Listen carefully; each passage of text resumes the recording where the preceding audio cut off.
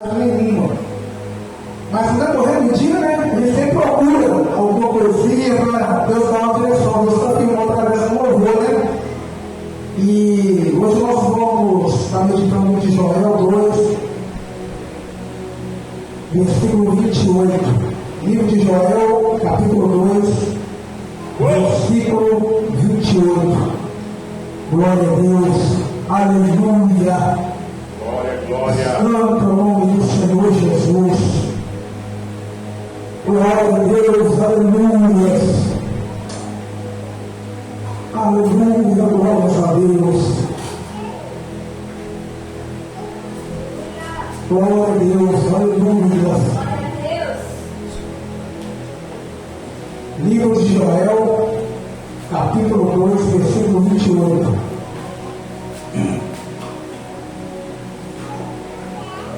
O autor, em vez de comprar, no lugar de início, para a gente ler. Aleluia. Amém. Glória a Deus, aleluia. Glória a Deus, aleluia. Vamos só fazer uma minutinha de oração, irmãos.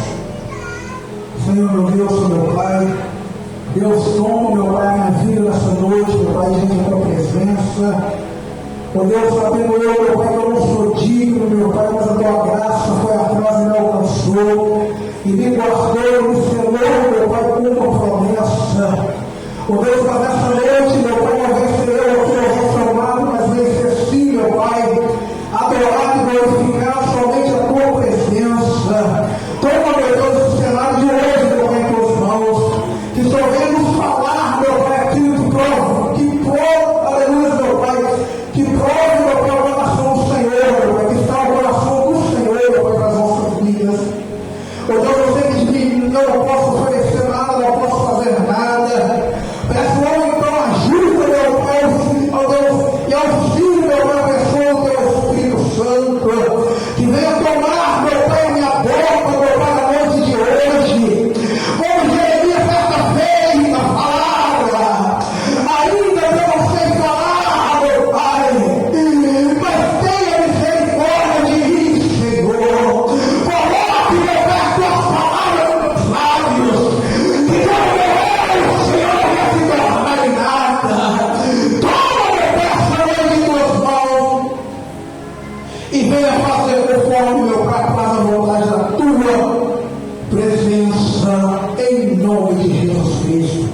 Vamos dar início à leitura, irmãos. Está escrito assim, livro de Joel, capítulo 2, versículo 28. E há de ser que depois derramarei o meu espírito sobre toda a carne, e vossos filhos e vossas filhas profetizarão, e os vossos velhos terão sonhos, e os vossos jovens terão visões. Também sobre vós, os servos e sobre as servas, naqueles dias derramarei o meu Espírito. aleluia. Podemos sentar. Glória a Deus, aleluia. Irmãos, o livro de Joel, né, vai nos falar a respeito sobre uma promessa a qual Deus designou por um determinado tempo, a qual estamos falando aqui que naqueles dias que se cumpriria, né, eu sobre os finais dos tempos. Porque se nós formos analisar a Bíblia, ela é regida sobre 3 profecias: profecia simbólica, profética e profecias naturais. E algumas estão se cumprindo nos dias de hoje. As profecias naturais que falam de Apocalipse, mas está exposto aí para toda a humanidade, só quer ver quem enxerga. E em relação a essa profecia do derramamento do Espírito Santo sobre os finais dos tempos, né, a qual Deus designaria para a humanidade um avivamento espiritual, sobrenatural. E se a gente for analisar um pouco sobre a história de Joel, nós vamos ter que voltar, se não me engano, se me fala a memória, viu, irmãos? Se eu estiver errado, vocês me perdoam, eu não estudei. Se eu não me engano, no livro do Antigo Testamento, não vou ver o certo, mas sobre a história de Ana. Ana era casada com Eucana, que tinha também Penina como sua esposa. A Bíblia fala que Penina gerava filhos e Ana não gerava. Ana passou um determinado tempo, se eu não me engano, 12 anos subindo, né? De ano em ano ao tempo, adorando a Deus, pagando sacrifício, para que viesse gerar um filho da promessa. Mas a Bíblia vai nos falar que pode Deus cerrar a mão de Ana. A Bíblia então vai nos falar que Penina engravidou, teve filhos, e por ela ter filhos humilhava Ana, humilhava ela, expondo ela vergonha, humilhação, falando com Ana: você é a primeira esposa de Eucana, você é mais amada por Eucana, mas eu, que sou a segunda esposa, posso gerar e posso lhe dar filhos. A Bíblia então vai nos relatar que certa feita Ana sobe, né, ao templo para sacrificar, como digo costumeiramente, né, falando, ao ponto de abrir seu coração, rasgar diante de Deus e pedir Deus que cumprisse, né, o desejo do seu coração. A Bíblia então vai nos falar que Ana ora a Deus e faz um voto com Deus, falando com Deus dessa feita, se Deus realizasse o desejo do coração dela, ela daria aquele filho por promessa para servir a ele no templo, para crescer separado como um presente para Deus, para a obra do Senhor. A Bíblia então vai nos falar que Deus ouviu o coração, cumpriu o que estava no coração de Ana. Ana gera, engravida, e é gerado um dos profetas, a qual Deus determinou pelo nome de Samuel. A Bíblia vai nos falar que Ana então entrega essa criança recém-nascida para ser cuidada dentro do templo, para ser selada, né, pela promessa a qual ela fez a Deus. Então, Ana entrega para servir no templo, junto com o profeta Eli, sacerdote Eli, melhor dizendo. A Bíblia então vai nos relatar que crescia Samuel em graça e em conhecimento. No livro de 1 Samuel, capítulo 3, o texto vai relatar que Deus se apresenta, né, por meio de uma chamada Samuel. Chamando Samuel 3 vezes, na segunda vez, a qual ele foi, né, perante ao patriarca, o sacerdote da casa de Eli. Eli então já entende que não era simplesmente um delírio, uma utopia, melhor dizendo. Entende que era o próprio Deus chamando Samuel para uma intimidade maior. O texto então vai nos relatar que Deus pega então e começa a realizar sobre a vida de Samuel um projeto a qual mudaria toda a história.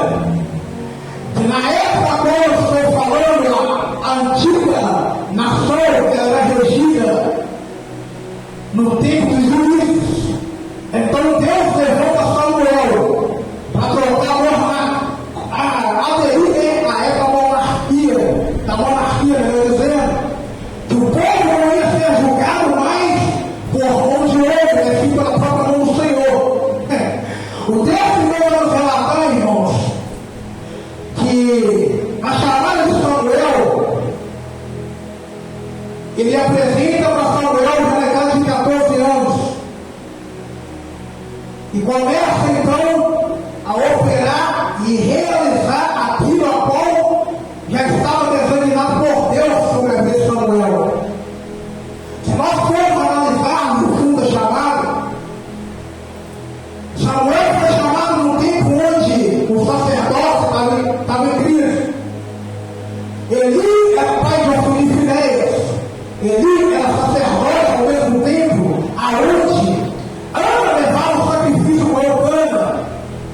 Mas a corrupção foi dentro do tempo. Os filhos de Eli, Ofni e Finéias, se prostituíam com a mulher que foi fora, e não longe, mas na porta do templo. Ofni e Finéias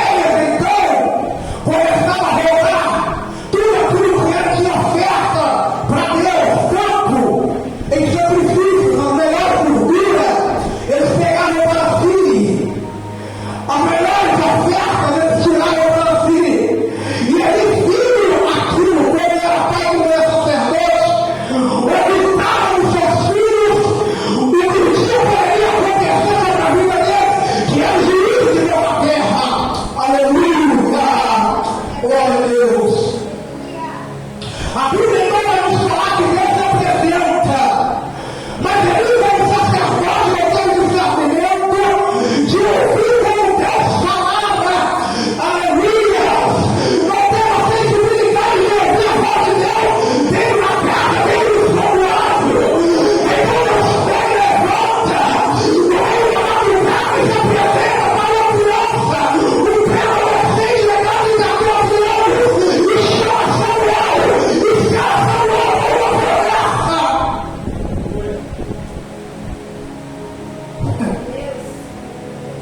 A Bíblia não vai nos falar que Deus então separa Samuel e unge Samuel com 3 ministérios: sacerdote, juiz e profeta. Sacerdote vai levar o sacrifício perante Deus em favor da nação pecadora. Juiz para julgar a causa de Israel. E profeta para profetizar como o povo de Deus sobre a face da terra de Israel. E o texto vai nos dizer, como já disse, melhor dizer, e crescia Samuel em graça e em conhecimento, e melhor ainda, perante Deus e perante os homens. A Bíblia não vai nos relatar, irmãos, que Samuel teve seu ministério marcado pela presença do Senhor, ao ponto de, com pouca idade, de não ser ovacionado, de não ter, as pessoas veem Deus na vida de Samuel, que aquelas mulheres que geravam naquela época, colocavam o nome de seus filhos como Samuel, reconheciam a chamada unção de Deus sobre a vida de Samuel, reconheciam o esforço a que Samuel fazia perante a obra, reconheciam a chamada, o diferencial de Deus sobre a vida de Samuel, como profeta, como sacerdote, aleluia, e como juiz de Israel. A Bíblia vai nos relatar, irmãos, que certa feita a arca do Senhor estava em Israel e se travou uma batalha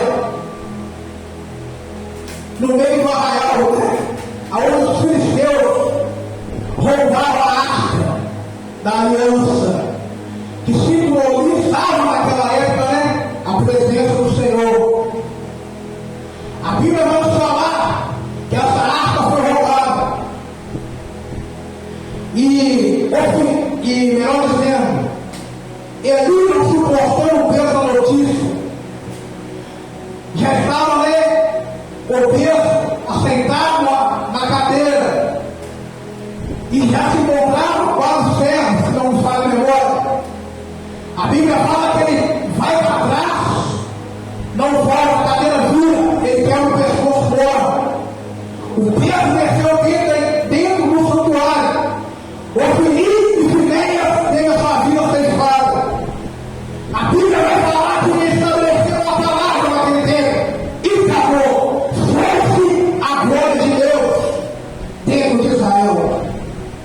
O texto então vai nos relatar que Deus começa a dar início ao ministério sacerdotal de Samuel. Samuel levantado como sacerdote, começa a governar Israel. Samuel então começa a reger como juiz, como profeta. A Bíblia vai nos falar que no decorrer do tempo, Samuel se envelhece. E na idade de 69 anos, aquela mesma pessoa foi ovacionada Samuel.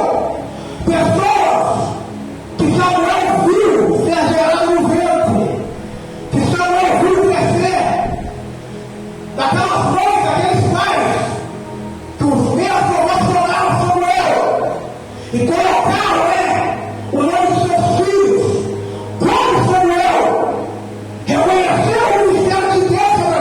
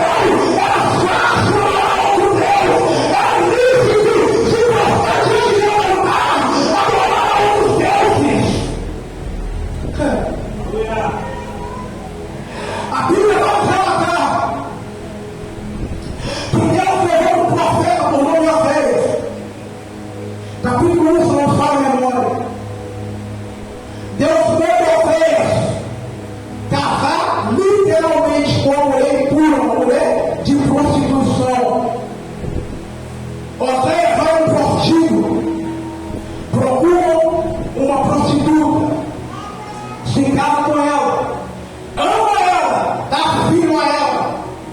Naquele período onde ela se sentia mais amada, sentia mais acolhida pelos povos, pelos filhos, ela teve saudade de voltar à vida antiga, volta novamente para o positivo. Então Deus se apresenta durante uma vez só, vai atrás dela, busca ela, e ama mais ela ainda, ovelhas. Ama mais, abraça ela mais, seja por ela mais ainda, ovelhas. Mostra o verdadeiro amor que você tem por ela. E quando o povo te perguntar, fala para ele dessa maneira: assim que diz o Senhor, assim sois vós, se prostituindo para outro Deus, assim sois vós, se entregando em adoração a outros deuses, ó Israel. Meu Deus. Aleluia. Deus. A Bíblia não vai nos relatar, irmãos, que Deus não começa a tratar com o povo. E no Antigo Testamento, se nós formos analisar ele, o povo só se consertava quando Deus desceu a vara de ferro. Se nós formos voltar no livro de Êxodo, a Bíblia fala que Deus, que é forte demais, Deus decide exterminar a humanidade, ao ponto que Moisés aconselha a Deus a não fazer isso. O texto vai nos relatar que Deus revela a Moisés o que está no seu coração. Aí Moisés começa então a interceder com o povo na seguinte oração: Senhor, eu sei que o Senhor é Deus, todas as coisas são pode. Mas lembra, Senhor, que foi o Senhor que tirou o povo da terra do Egito. Lembra, Pai, que foi o Senhor que fez a promessa a Abraão certa feita, e ele seria pai de nação, pai de multidão. E o que diriam os egípcios, Senhor? Que o Senhor tirou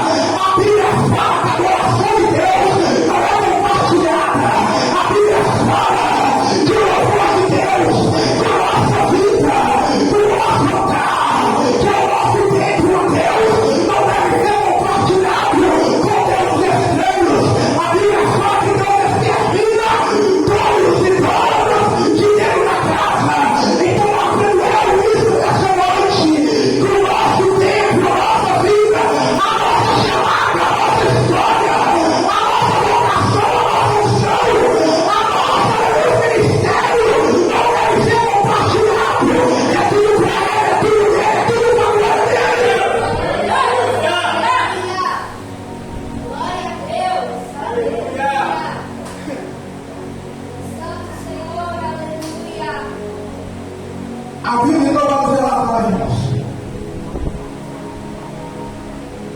que Deus então começa a alinhar a promessa. Esse povo agora buscando amor. Esse povo agora buscando pudor. E tem zelado nos dias de hoje. Nos tem separado como Samuel na face da terra. Pedi Deus uma mensagem para linguagem jovem, mas eu pedi Deus uma mensagem nessa hora para jovens, para que ele faça a obra do Senhor, né?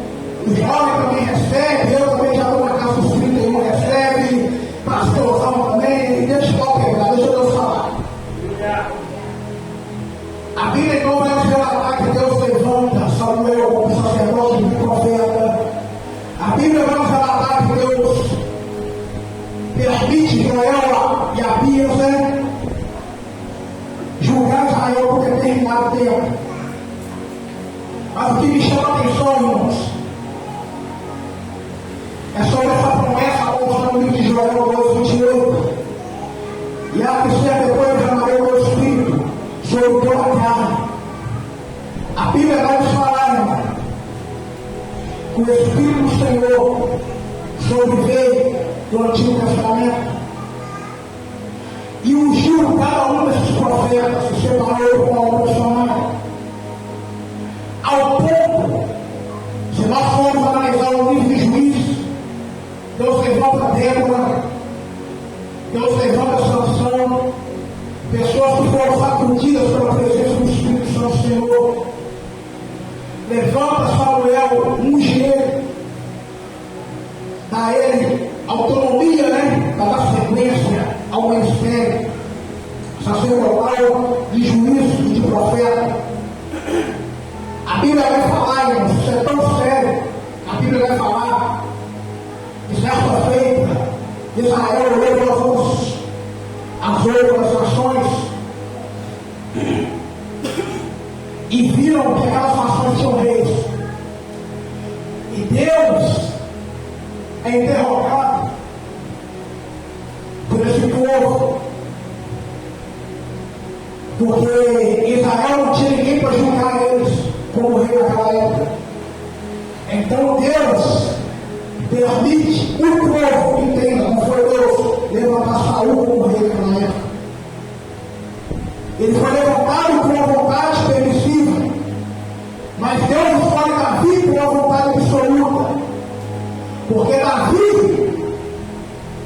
foi segundo o coração do Senhor, porque Saul estava vivendo só de status, só de momento, por uma vontade a qual Deus não permitia, só colocou por causa de um pedido, por uma escolha mundana, mas Deus levantou Davi por uma vontade absoluta. Entenda, irmãos, Davi foi ungido como menino, mas só se sentou na cadeira depois de como homem, porque eu entendo, como é um culto voltado para jovens, que tudo tem um processo.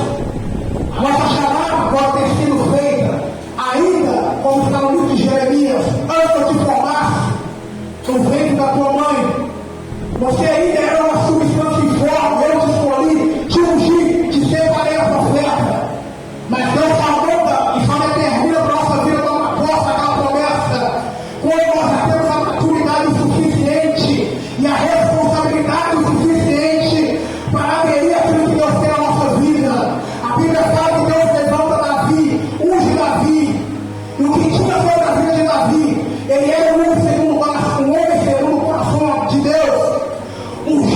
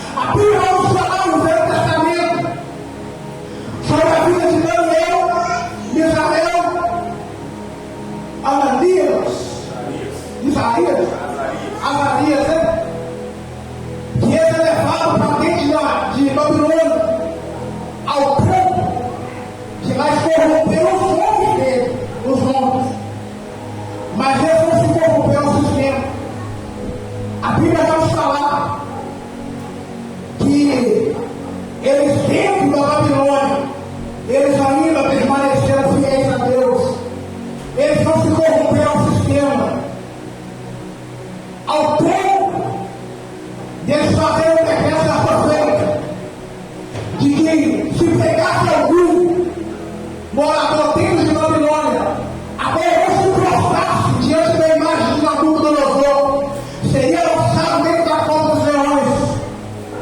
A Bíblia vai nos falar que Daniel não orava perante a estátua, mas orava perante a Deus. Daniel não se corrompeu, ele orava 3 vezes ao dia.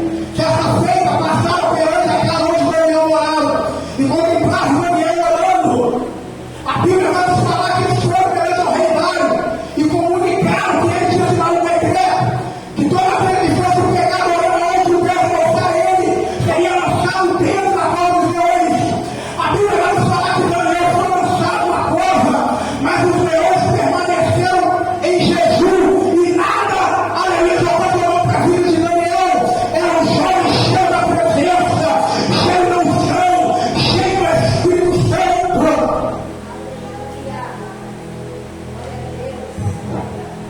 A Bíblia vai nos falar, irmãos, que Deus separou jovens da terra com uma chamada diferenciada. Deus separou Samuel. Deus separou Davi. Entenda, estou falando de jovens. Deus separou Josué. Deus separou Daniel. E prova Deus hoje separar cada um de vocês que está aqui.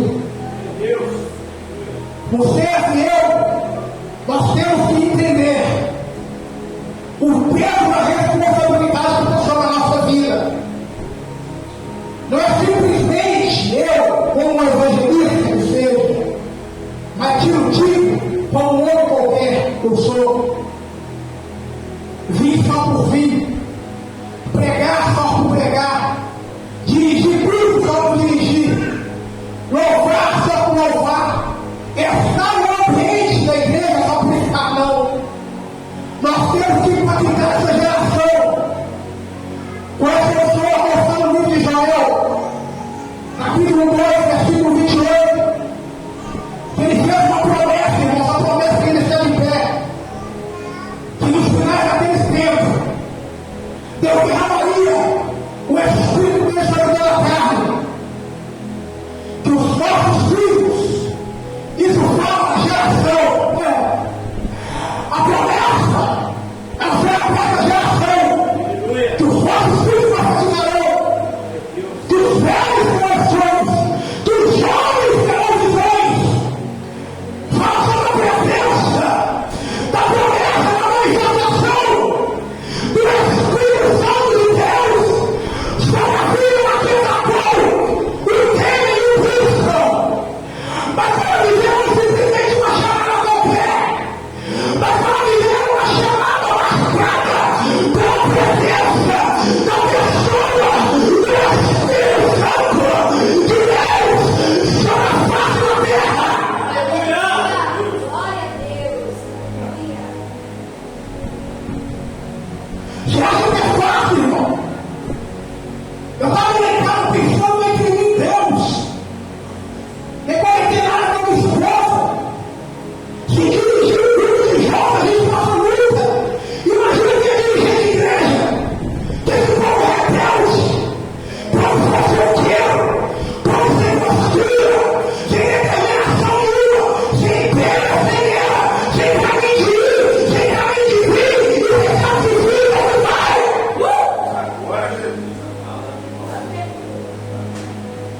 Como é que é difícil, irmão? Glória a Deus! Como é que é difícil? Para quem está na de ouro? Como é que é difícil dirigir um simples grupo da minha igreja? Cadê a liderança? Tem gente que vem só de emprego. Tem gente que está glória de novo. Tem gente que está glória de novo. Como é que isso aqui? Meu Deus! Eu já passei e falo, repito. Quem quiser me microfone dele, pega o tubo e vai para casa. Eu sou adorador aqui. Glória a Deus! Então eu vou levantar bonitinho, vou pregar esse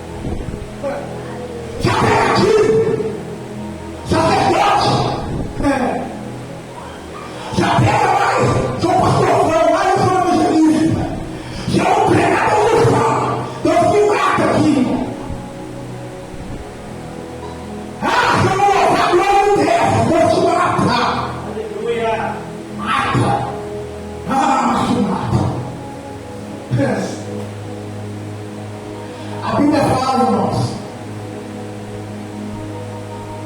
que Deus,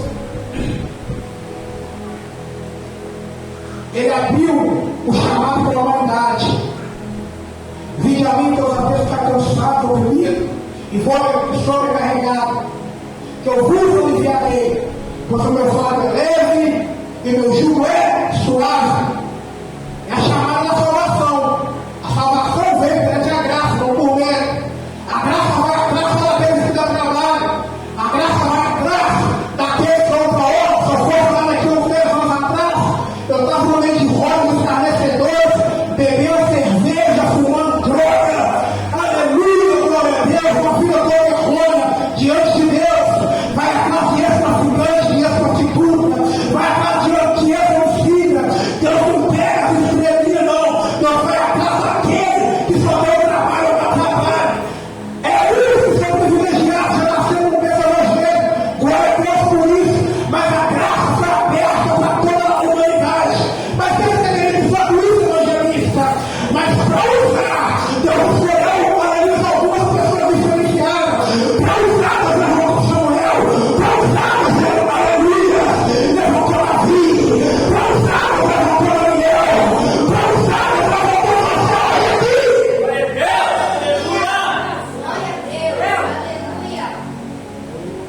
A Bíblia fala que a igreja do povo. Vou dar um exemplo. O ser humano, ele tem dois rumos normais, por exemplo. Tem duas visões. Eu tenho um. Eu consigo sobreviver, consigo. Mas entenda, com as minhas duas visões normais, seria mais fácil. Tem certas coisas que eu tenho certa dificuldade de fazer. Mas mesmo assim, eu tenho dado graça. Se a igreja é um corpo, o corpo só o braço ao pé, ou o corpo sem a perna anda? Não, é unidade. É unidade. Como é que a igreja vai caminhar? Um braço para cá, outro sem perna para lá. Deus. A Bíblia fala que Deus levanta, e já estou quase finalizando, Samuel como profeta, porque ali como sacerdote e como juiz após julgar Israel,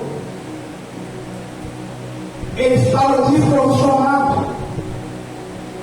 E o mais interessante, ou mais agravante dela dizer dessa mensagem, que a casa dele estava fora da condição, que Ofni e Finéias estavam corrompidos, não fora, mas dentro de casa. Como é essa corrupção? A corrupção, a qual Deus quer na tua vida, na tua vida, é o posicionamento. É uma vida íntegra diante de Deus. Estava conversando com meu tio esses dias, com o pastor também. Falei, ô tio, o fácil é eu ser crente no ambiente aonde todos me conhecem como crente.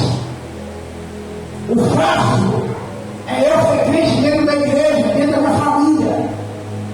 O difícil é o testemunho fora da casa.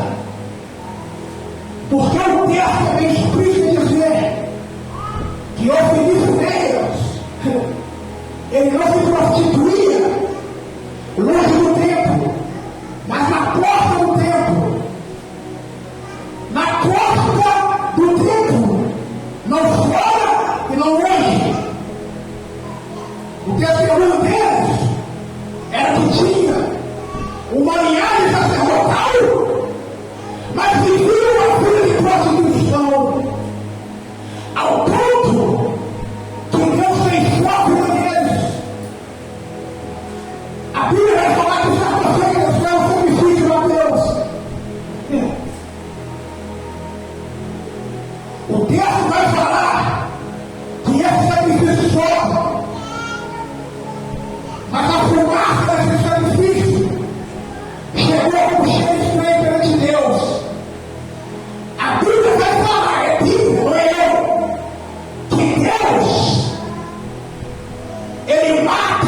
os dois na hora. Lembra que eu falei que o Felipe Neto foi sem som? A aspa de Deus é levada. O Felipe Neto tenta pagar o preço para a água voltar, que é a presença. Mas como a filha era desconcertada, a coxinha só tem uma feia. A Bíblia fala que ele fez a vida dos dois. O que aconteceu para mim é receber a notícia que a aspa foi levada, que os filhos morreram, ele não suporta o peso.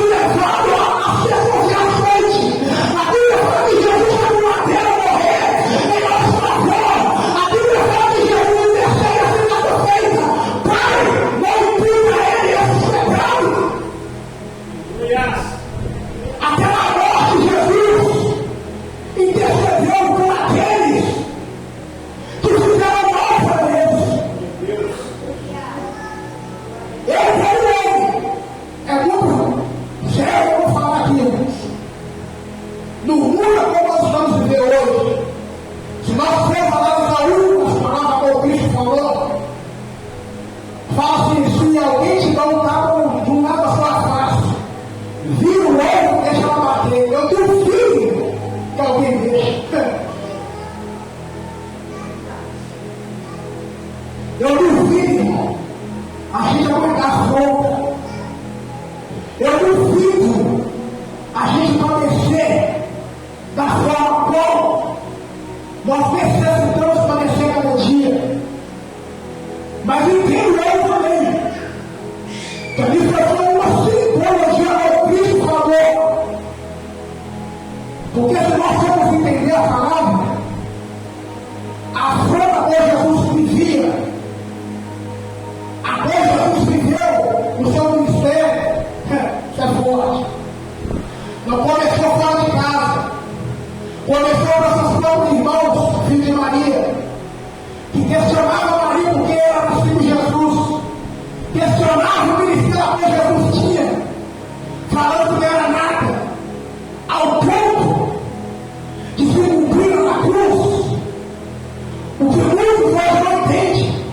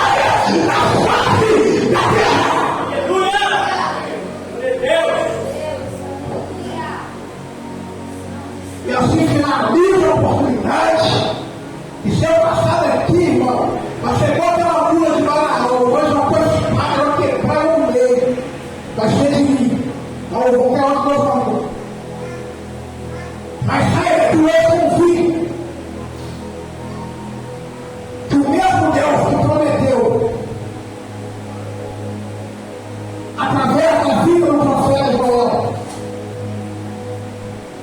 Que naqueles dias derramaria o Espírito sobre toda a carne. E que o Espírito do Senhor fazeria uma obra ao campo dos nossos filhos, dos nossos velhos, escravos dos anciões, e que os jovens da igreja teriam visões. Está aqui hoje. O mesmo Espírito